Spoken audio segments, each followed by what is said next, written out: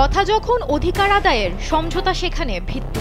একসময় যে তরুণ প্রজন্মকে রাজনৈতিক দলের নেতারা হাতের পুতুল ভাবতেন, আজ তারাই রাজপথে নেমে এসেছে দুর্নীতির বিরুদ্ধে, দুঃশাসনের বিরুদ্ধে। তাদের স্লোগান আর পদধ্বনি এতটাই জোরালো যে সরকারের ক্ষমতাকেও নাড়িয়ে দিচ্ছে আর প্রশাসনকে বাধ্য করছে পিছু হটতে। যেমনটা ঘটেছিল বাংলাদেশে গেল জুলাইয়ে, যখন ছাত্রদের উত্তাল আন্দোলন শেখ হাসিনার সরকারকে নাড়িয়ে দিয়েছিল। এবার সেই আন্দোলনের ঢেউ ছড়িয়ে পড়েছে প্রতিবেশী দেশ নেপালেও। নেপালের রাজপথ সম্প্রতি রক্তে রঞ্জিত হয়েছে, যেখানে প্রাণ হারিয়েছেন বেশ কয়েকজন বিক্ষোভকারী। এই আন্দোলনের স্ফুলিঙ্গ ছিল সোশ্যাল মিডিয়া প্ল্যাটফর্ম বন্ধ করার সরকারি দাবি। আসুন, নারী হবার এই যাত্রাকে আমরা করে তুলি আরো সহজ। এসএমসির জয়া স্যানিটারি ন্যাপকিন।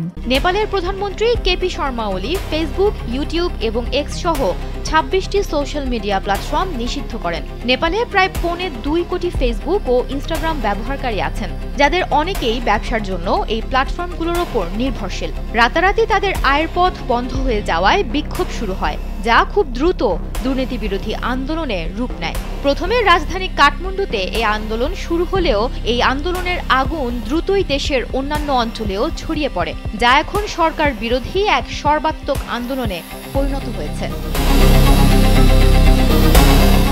নেপাল সরকার এই নিষেধাজ্ঞার পেছনে নিবন্ধন না করার কারণ দেখালেও সমালোচকরা বলছেন ভিন্ন কথা। তাদের মতে এটি ভিন্নমত দমনের একটি অজুহাত মাত্র।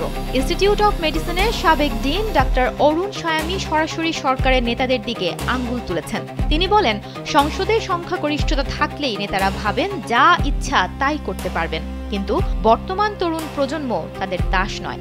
তিনি বলেন, রাজা জ্ঞানেন্দ্রের মতো একনায়ক সুলভ আচরণ বন্ধ করুন। তার মতে রাজা জ্ঞানেন্দ্রের শাসনামলের শেষ দিনগুলোর মতোই বর্তমান সরকারও দমন পীড়নের পথ বেছে নিয়েছে, যা তরুণদের ক্ষোভকে আরও বাড়িয়ে তুলেছে। নেপালের এই বিক্ষোভ কোনো বিচ্ছিন্ন ঘটনা নয়, বরং দুর্নীতির গভীর ক্ষত, ক্ষমতার অপব্যবহার এবং সরকারের দাম্ভিকতার বিরুদ্ধে এক সম্মিলিত প্রতিবাদ। বিশেষজ্ঞরা বলছেন, আজকের যুব সমাজ আগের প্রজন্মের চেয়ে অনেক বেশি বুদ্ধিমান এবং আপডেটেড। তারাই দেশের ভবিষ্যৎ। তাদের দমানোর চেষ্টা করে কোনো সরকারই টিকে থাকতে পারেনি। তাই শুধু দমন পীড়নের মাধ্যমে এই ভিন্নমতকে থামানো যাবে না, বরং সরকারের উচিত বল প্রয়োগ না করে এই তরুণ সমাজ অর্থাৎ জেনজিদের সঙ্গে নিয়ে শান্তিপূর্ণ সমাধানের পথ খুঁজে বের করা।